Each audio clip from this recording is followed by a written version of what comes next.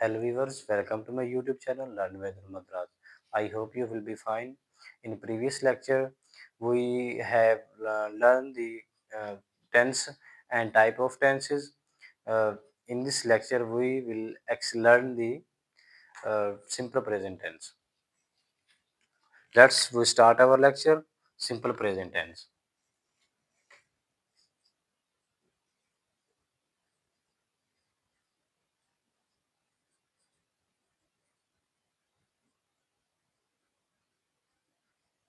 Simple present tense भी इसको कहते हैं और प्रेजेंट इंडेफिनेट भी इसको कहते हैं। इसको इंडेफिनेट भी कहा जाता है, यानी फिलहाल मुतलिक। उर्दू में कहते हैं फिलहाल मुतलिक। तो कोई भी ज़माना है, कोई भी टेंस है, उसको समझने से पहले हम उसकी पहचान करेंगे। कोई भी आदमी हो, कोई भी हो, उसे जानने से पहले उसकी हम तारुफ पूछते हैं, उसकी पहचान पूछते हैं कि उसकी पहचान क्या है। इस तरह प्रेजेंट टेंस को हम एक्सप्लेन करने से पहले हम ये समझेंगे कि इसकी पहचान क्या है। इसको कैसे हमें पता चलेगा कि अगर उर्दू फ़िक़रात हों, उर्दू सेंटेंस हो, तो हमें कैसे पता चलेगा कि ये प्रेजेंट टेंस का ही सेंटेंस है। इसके आखिर में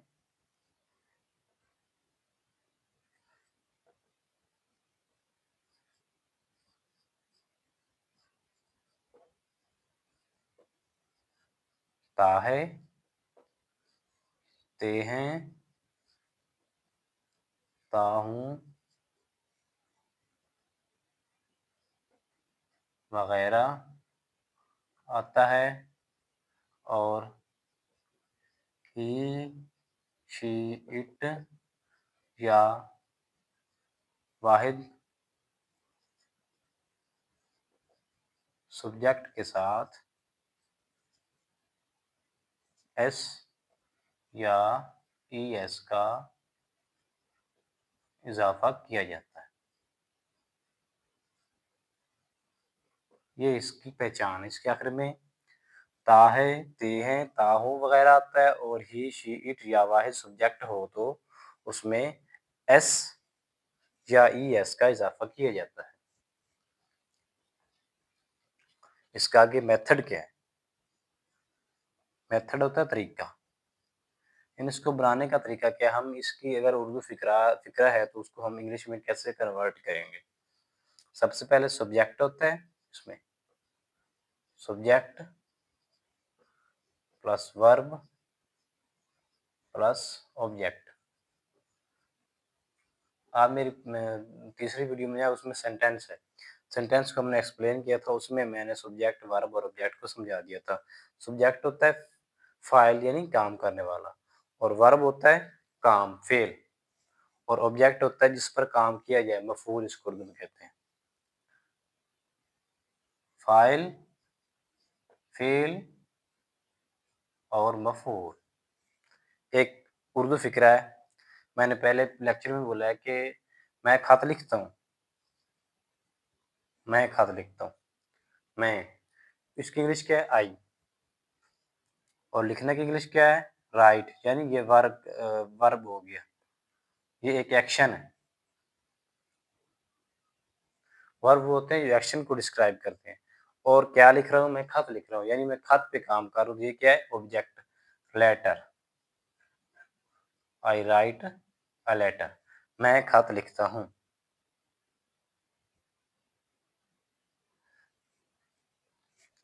सिंपल प्रेजेंट टेंस की आपको समझ आ गई होगी। इसके आखिर में ता है, ते हैं, ताहू वगैरह आता है, और ही, शी, इट या वाहिद सब्जेक्ट हो तो उसके साथ एस या ई एस का इजाफा किया जाता है।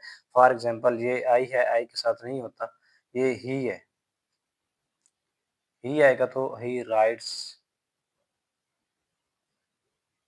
A letter.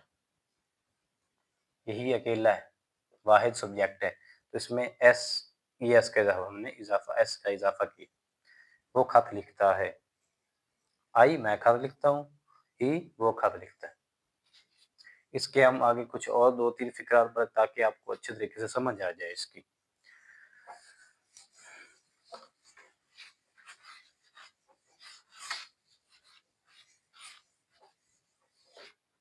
उर्दू फ़िक्रा है, वो दरिया अबूर करते हैं।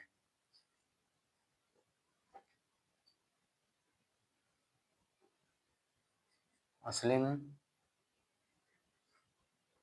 फुटबॉल खेलता है।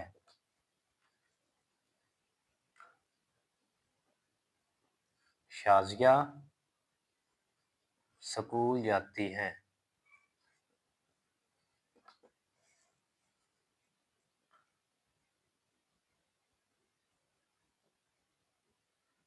उस्ताद इंग्लिश पढ़ाता है। वो दरिया अबूर करते हैं। वो क्या है? ये सब्जेक्ट है। दे प्लस आगे हमने लगाना है वर्ब। अबूर करना, वो दरिया अबूर कर रहे हैं। ये अबूर करना उनका काम, एक्शन है। इसको इंग्लिश में कहते हैं cross. Cross river, they cross the river. ये ऑब्जेक्ट है। असलम फुटबॉल खेलता है, असलम इसमें सब्जेक्ट है। वर्क क्या कर रहा है? खेल रहा है, play. Aslam plays football. Aslam football खेलता है। शाजिया स्कूल जाती है। शाजिया सब्जेक्ट हो गया, जाना उसका काम है। शाजिया गोस टू स्कूल जाती है। ये subject verb object, subject verb object, subject verb object. इससे आपको मजीद पता चल जाएगा। उस्ताद इंग्लिश पढ़ाता है। The teacher teach English.